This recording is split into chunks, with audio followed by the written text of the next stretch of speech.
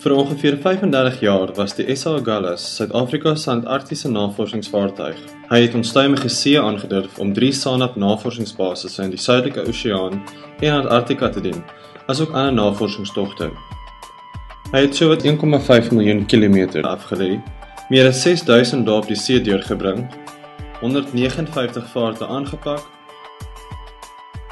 en was deel van 2 reddingspogings.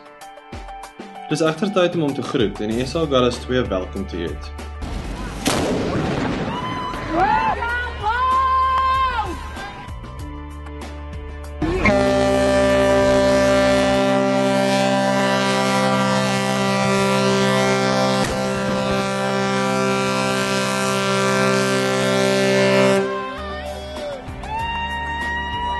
Hy is langer, baie vinniger en het wêreldklas laboratoriums.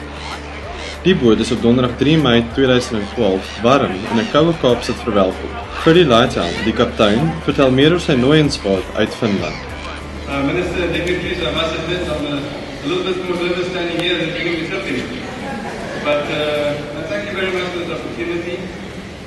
It's been an epic voyage for us. I think everybody on board really enjoyed the voyage. We surprisingly had very good weather coming across the Bay of Biscay, and of course we were expecting a bit of weather. And funnily enough, when we crossed the border into South Africa, that's when we got the first bit of weather. And it was a welcoming sight actually, because the vessel is going to spend most of the time sailing from here south into what we know as the roaring 40s and the screaming 50s and so on.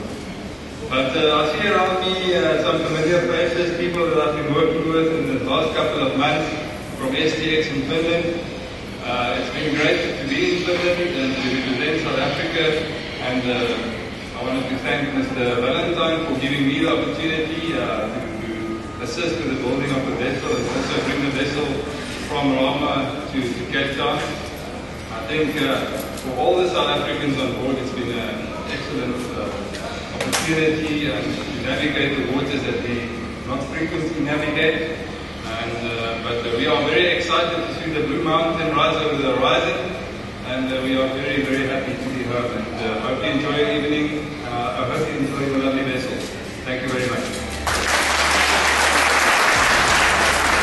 Hy vertrek in September 2012 op sy eerste amptelike vaart na Gough Island, sowat 2700 km suidwes van Kaapstad.